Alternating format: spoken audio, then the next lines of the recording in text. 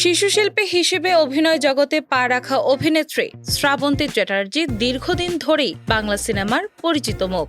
খুব অল্প বয়স থেকেই ক্যামেরার সামনে দাঁড়ানো শুরু করেন তিনি। মাত্র 6 বছর বয়সে শিশুশিল্পী হিসেবে অভিনয়ে অভিষেক ঘটে তার। এরপর সময়ের সঙ্গে সঙ্গে নিজেকে প্রতিষ্ঠিত করেন টলিউডের অন্যতম জনপ্রিয় নায়িকা হিসেবে। তবে তার ক্যারিয়ারের মতো ব্যক্তিগত জীবনও সবসময় আলোচনার কেন্দ্রে ছিল। মাত্র 16 বছর বয়সে মা হওয়া থেকে শুরু করে ব্যক্তিগত সম্পর্ক সবকিছুই নানা সময় সামাজিক যোগাযোগ মাধ্যমে আলোচনার জন্ম দিয়েছে। এসব কারণে একাধিকবার ট্রল, সমালোচনা এবং কটূক্তির শিকার হয়েছেন এই অভিনেত্রী। যদিও দীর্ঘদিন ধরে তিনি এসব বিষয় এড়িয়ে যাওয়ার চেষ্টা করেছেন এবং নীরব থাকাই বেছে নিয়েছেন। সম্প্রতি শরীরের গড়ন ও ওজন নিয়ে সামাজিক যোগাযোগ মাধ্যমে নতুন করে সমালোচনার মুখে পড়েন শ্রাবন্তী। বিষয়টি এতটাই বাড়াবাড়ি পর্যায়ে পৌঁছে যায় যে শেষ পর্যন্ত তিনি আইনি পদক্ষেপ নিতে বাধ্য হন। ভারতীয় এক গণমাধ্যমের সঙ্গে আলাপচারিতায় তিনি এই প্রসঙ্গে খোলামেলা কথা বলেন।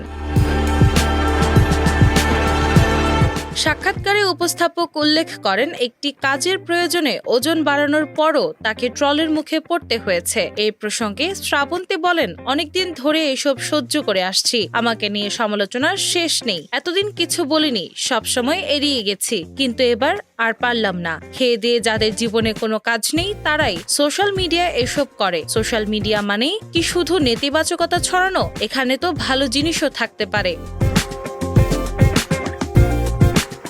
অভিনয় জীবনের দীর্ঘ অভিজ্ঞতার কারণে আগে তিনি বলেছিলেন যে ট্রলিং এখন অনেকটাই সহ্য হয়ে গেছে। তবে এবার পরিস্থিতি ভিন্ন বলে জানান অভিনেত্রী। তার ভাষায়, সবকিছু যদি গায়ে মাখতে যায় তাহলে মানসিক শান্তি থাকবে না। এত বছর কাজ করতে গেলে নিজেকে ভালো রাখা জরুরি। কে কি বলল সেটা নিয়ে সবসময় ভাবতে বসলে কাজের ক্ষতি হয়। আমার ব্যক্তিগত জীবন নিয়েও অনেক মুখরোচক আলোচনা হয়, কিন্তু কখনো সেগুলোকে গুরুত্ব দিইনি।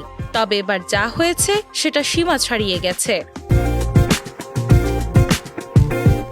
সম্প্রতি ঠাকুমার ঝুলি শিরোনামের একটি ওয়েব সিরিজের শুটিং শেষ করছেন অভিনেত্রী। এই সিরিজে তাকে নাম ভূমিকায় দেখা যাবে। সিরিজটির প্রথম লুক প্রকাশ্যে আসার পর থেকে সামাজিক যোগাযোগ মাধ্যমে নানা ধরনের মন্তব্য শুরু হয়, যার অনেকগুলোই ছিল নেতিবাচক। এই ধরনের মন্তব্যে ক্ষুব্ধ হয়ে অবশেষে আইনের আশ্রয় নেন অভিনেত্রী। গত 27 ফেব্রুয়ারি তিনি কলকাতা পুলিশের সাইবার ক্রাইম শাখায় ইমেইলের মাধ্যমে আনুষ্ঠানিক অভিযোগ দায়ের করেন। শ্রাবন্তীর আশা, এই ধরনের কটূক্তি ও অনলাইন হয়রানির বিরুদ্ধে আইনগত ব্যবস্থা নেওয়া হলে ভবিষ্যতে অন্যরাও সতর্ক হবে। দীর্ঘ ক্যারিয়ারে বহু ঝড় ঝাপটা পেরিয়ে আসা শ্রাবন্তী মনে করেন, শিল্পী হিসেবে কাজই তার মূল পরিচয়। তাই সব বাধা সত্ত্বেও তিনি অভিনয়ের মাধ্যমেই দর্শকের কাছে নিজেকে প্রমাণ করে যেতে চান। দিনা ইসলাম, বাংলাবাজার পত্রিকা।